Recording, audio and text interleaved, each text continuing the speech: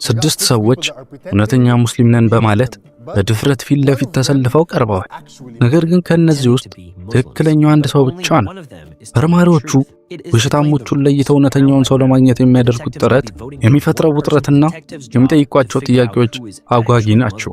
ይህ ልብ አንጠልጣይ ዝግጅት ወደ እናንተ ማቅረቤ እንድቀጥል አሁኑን ሰብስክራይብ በማድረግ አበረታቱ።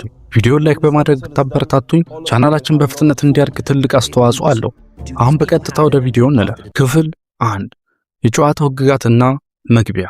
ዛሬ በጣም የተለየና አዝናኝ የሆነ አዲስ ቪዲዮ ይዘን መጥተናል። ጨዋታው ሲጀመር መርማሪዎቹ ማንነተኛ ሙስሊም እንደሆነ ለማወቅ ጥያቄዎችን ይጠይቃሉ። ውሸታም ነው ብለው ያሰቡትን ደግሞ በድምጽ ከውድድሩ ያስወጣሉ።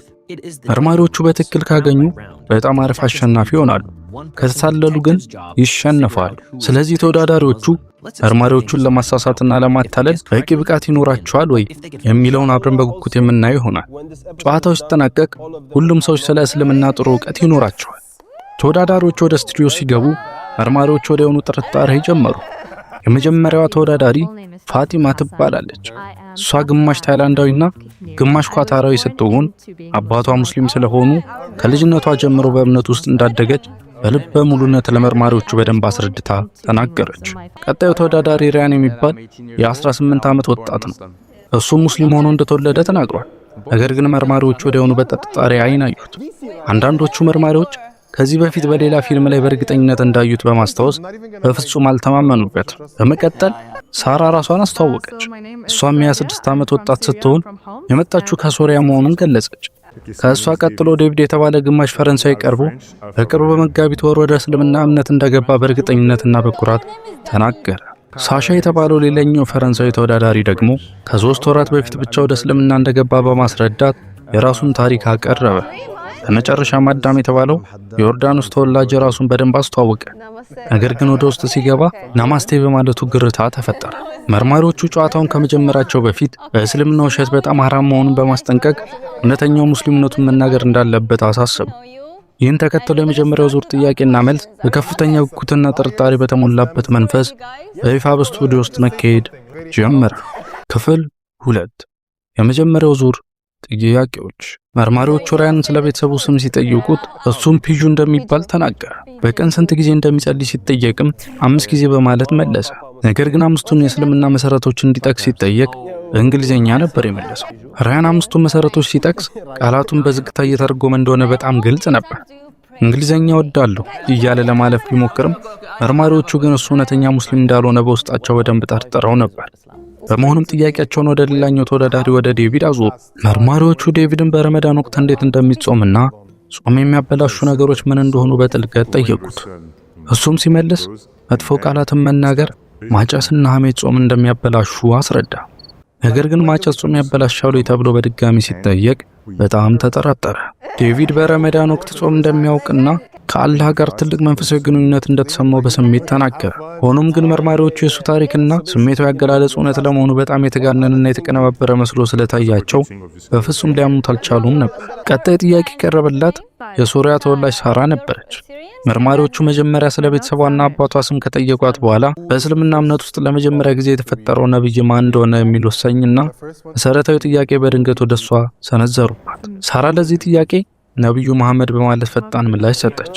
መርማሪዎቹም እሳቸው የመጨረሻ እንጂ የመጀመሪያ ነብይ እንዳልሆኑ በመግለጽ ሳራ እውነተኛ ሙስሊም እንዳልሆነች ወዲያውኑ አረጋገጡ። ስለዚህም ድምጻቸውን ሰጥተው የመጀመሪያዋ ተባራሪ እንድትሆን የጋራ ውሳኔ በፍጥነት አስተላለፉ። ሳራ ከወጣች በኋላ መርማሪዎቹ ፊታቸውን ወደ ሳሻ አዞሩ። ስለ ኡምራ ጉዞ ምንነትና ሰዎች በሕይወት ዘመናቸው ስንት ጊዜ ኡምራ እንደሚያደርጉ ጥያቄ ቀረበለት።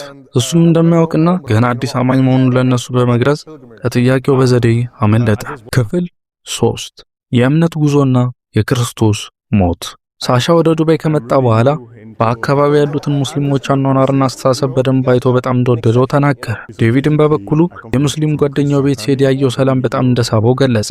ዴቪድ ክርስቲያን ቤተሰብ ውስጥ እንዳደገ ሲናገር መርማሪዎቹ ኢየሱስ እንዴት እንደሞተ ጠየቁት። እሱም በመስቀል ላይ ብሎ በመመለስ መርማሪዎቹ ሙስሊሞችን በፍጹም እንደማያምኑ ስለማያውቅ ዴቪድ 100% ሙስሊም እንዳልሆነ በጣም እርግጠኛ በመሆን የማባረር ውሳኔያቸውን በአንድነት አሳለፉ። በዚህ ጊዜ አዳም በጸጥታ እየተከታተለ ነበር። መርማሪዎቹ ስለ ንቅሳት ሐራምነት በደንብ ሲጠይቁት እርግጠኛ ያልሆነ ምላሽ ሰጠ። በተጨማሪም አዳምን ለምን እንደቀጣው ሲጠየቅ ሔዋን የተከለከለውን ፍሬ ስለበላች ነው በማለት በቀጥታ በመጽሐፍ ቅዱሳዊ መንገድ ብቻ መለሰ። አዳም ለጥያቄዎቹ የሚሰጠው ምላሽ በጣም አጠራጣሪ ቢሆንም መርማሪዎቹ ንቅሳት ለምን ሐራም እንደሆነ ለተወዳዳሪዎቹ በደንብ አብራሩ። ንቅሳት በሰውነት ላይ ለውጥ ማምጣት በመሆኑ በአላህ ፍጥረት ላይ ጣልቃ መግባት ነው ተብሎ ስለሚታመን በእስልምና የተከለከለ መሆኑን በሚገባ አስረዷቸው። ከዚያም መርማሪዎቹ ሳሻ ወደ እስልምና ከገባ በኋላ የሚቆጭበት ነገር እንዳለ ጠየቁት። እሱም አሁንም ማጨሱ እንዳላቆመና ይህንንም በፍጥነት ለማስተካከል ፍላጎት እንዳለው ተናገረ። አሁን ግን ከአልኮል መጠጥ ሙሉ በሙሉ ነፃ መሆኑን በኩራት ለነሱ ገለጸ። የድምፅ መስጫ ጊዜ ሲደርስ መርማሪዎቹ በአንድ ድምፅ ዴቪድን ለማባረር ወሰኑ። እሱም ክርስቲያን መሆኑን በመጨረሻ አምኖ ከጨዋታው በፈገግታ ወጣ። አሁን በጨዋታ ውስጥ የቀሩት 4 ሰዎች ብቻ ሲሆኑ ከእነሱም አንዱ ብቻ እውነተኛ ሙስሊም ነው። ክፍል 4 ጥልቅ ጥያቄዎችና ፈተናዎች። መርማሪዎቹ ሳሻን በድጋሚ በጥልቀት ጠየቁት። እሱም እስልምና ከመቀበሉ ጋር ተያይዞ ቀጣዩ ረመዳን ጾም ከባድ ሊሆንበት እንደሚችል ስጋቱን ተናገረ።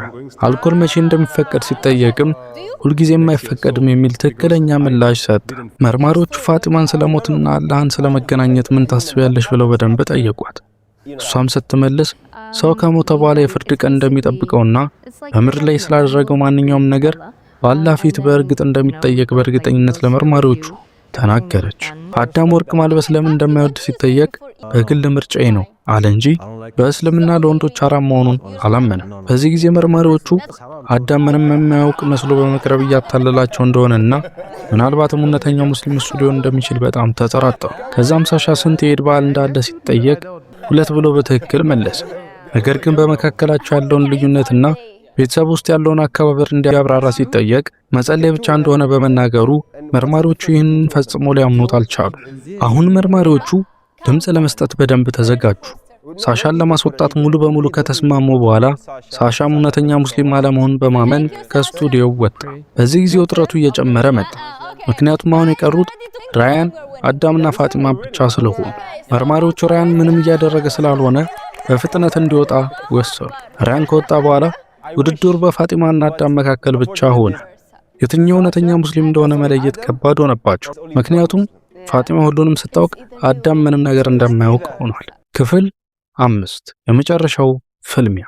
መርማሪዎቹ ፋጢማን ስለ ሂጃብና ስለ ሴቶች ለምን ሰውነታቸውን እንደሚሸፍኑ በደንብ ጠየቋት። እሷም ሰውነቷ ለእሷ ለቤተሰቧና ለወደፊት ለምታገባው ባል ብቻ የተገነባና እጅግ በጣም የተከበረ የግል ንብረቷ እንደሆነ በጥልቅ ገለጸች።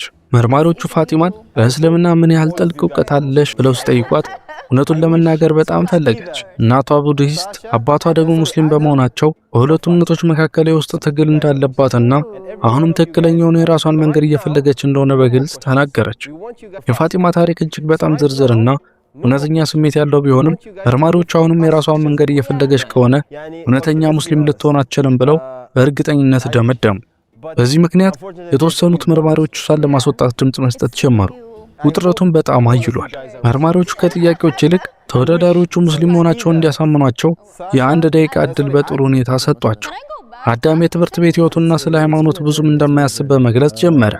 ነገር ግን ንግግሩን ወላሂ በማለት በመደምደሙ መርማሪዎቹ እሱ ሙስሊም እንደሆነ በደንብ ጠረጠሩ። ፋጢማ በበኩሏ የቤተሰቧን 2 የተለያዩ እምነቶችና አሁንም የእውነት ፍለጋ ላይ እንዳለች የሚገልጸውን ታሪኳን ደገመች። መርማሪዎቹ ከሁለቱ አንዱ እውነተኛ ሙስሊም እንደሆነ ያውቁ ነበር። ነገር ግን ማንኛውን መምረጥ እንዳለባቸው እጅግ በጣም ከባድና አታላይ ፈተና በእርግጥ ሆኖባቸዋል። ውሳኔውን ይበልጥ ለማረጋገጥ መርማሪዎቹ ሌላ የመጨረሻ ጥያቄ ጠየቁ። የሙስሊም ጓደኞቻችሁ መጥፎ ነገር ሲያደርጉ መክራችኋቸው ታውቃላችሁ?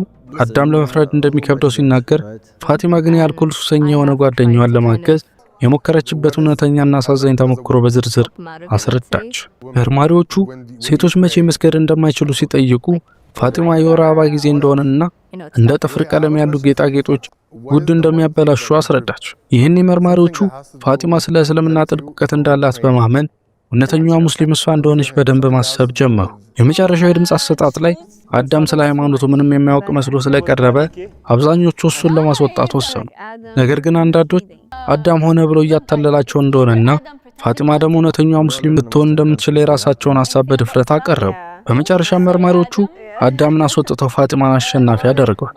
የውሳኔ ከተሰጠ በኋላ ሁሉም ተወዳዳሪዎች ወደ ስቱዲዮ እንዲመለሱ በፍጥነት ተጠሩ። እውነተኛው ሙስሊም ማን እንደሆነ ለማወቅ ከፍተኛ ውጥረትና ጉጉት በስቱዲዮ ውስጥ ሰፍኖ የሁሉንም ሰው ልብ በእርግጥ አንጠልጥሎት ነበር። ክፍል 6 የእውነታው መገለጥ። እውነተኛው ሙስሊም ፊት ለፊት እንዲወጣ ሲጠየቅ ሁሉም ባልጠበቀው ሁኔታ አዳም ወደፊት ተራመደ።